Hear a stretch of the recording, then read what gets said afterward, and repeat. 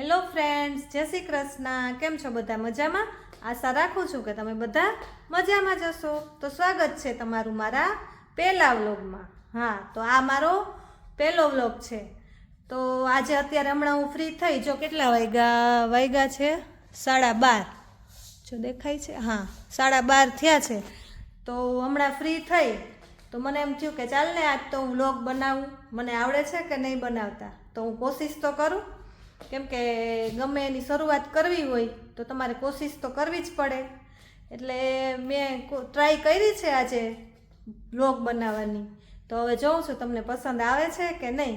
તો જો તમને મારો વિડીયો પસંદ આવે તો મને લાઈક કરજો, શેર કરજો અને મારી ચેનલને સબસ્ક્રાઈબ કરવાનું ભૂલતા નહીં। અને હા, હું એ કહેતા તો ભૂલી ગઈ કે મારું નામ હેતલ જોશી છે અને હું પોરબંદરથી છું અને અત્યારે અમે રહીએ છીએ બહેરીનમાં। તો હું તમને બહેરીનના રૂટીન વ્લોગ બતાવીશ, ડેઈલી રૂટીનના વ્લોગ। અને અમે ક્યાંય ફરવા જાશું, શોપિંગ કરવા જાશું તો ત્યાંના પણ તમને જોડે જ લઈને જઈશ। તો બસ એવું છે। અને અત્યારે છોકરાઓ ગયા છે સ્કૂલે અને પતિદેવ ગયા છે ઓફિસે।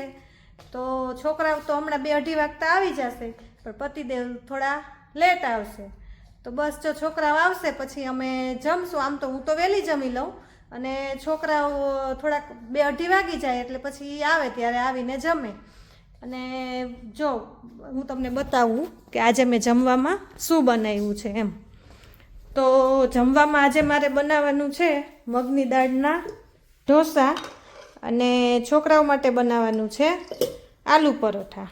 તો બસ જો મગની દાળના ઢોકળા તો હું હમણાં બનાવી લઈશ। હું કેમ કે ડાયટિંગ કરું છું તો હું રોટલી ને એવું કેવું ઘઉં ને બટેટા ને એવું નથી ખાતી, એટલે હું મારા માટે બધું આવું બનાવું। મગની દાળના પુડલા છે, ઢોકળા છે, પછી ક્યારેક છોલે ચણાની કાંઈ વસ્તુ બનાવું, ચણાની વસ્તુ બનાવું। તો એવી રેસીપીઓ પણ હું તમારી સાથે શેર કરીશ।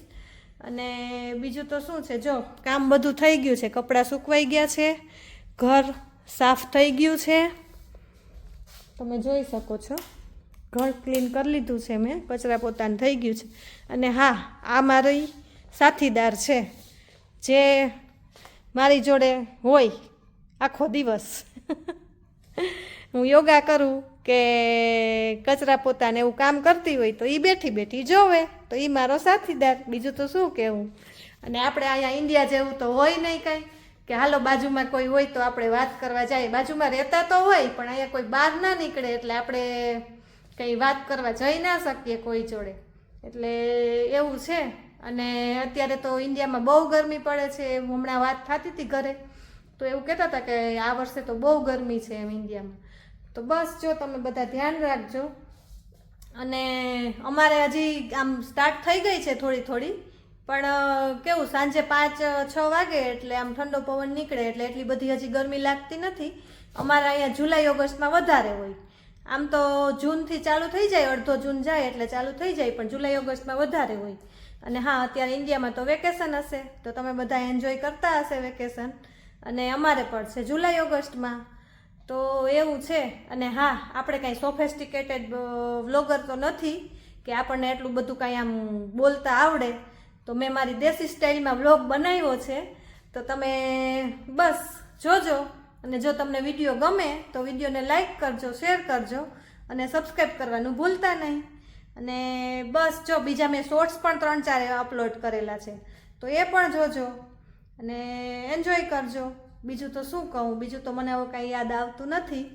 તો બસ એ જ છે। અને હા, મને સપોર્ટ કરજો અને મારી ચેનલને સબસ્ક્રાઈબ કરજો, તો મને પણ ઉત્સાહ મળે કે હું પણ તમારી સાથે નવા વ્લોગ શેર કરું। તો બસ આજે આટલું જ છે, બીજું તો કાંઈ હવે યાદ આવતું નથી। તો મળશું કાલે બીજા વ્લોગમાં, ત્યાં સુધી આવજો, બાય બાય, જય શ્રી કૃષ્ણ।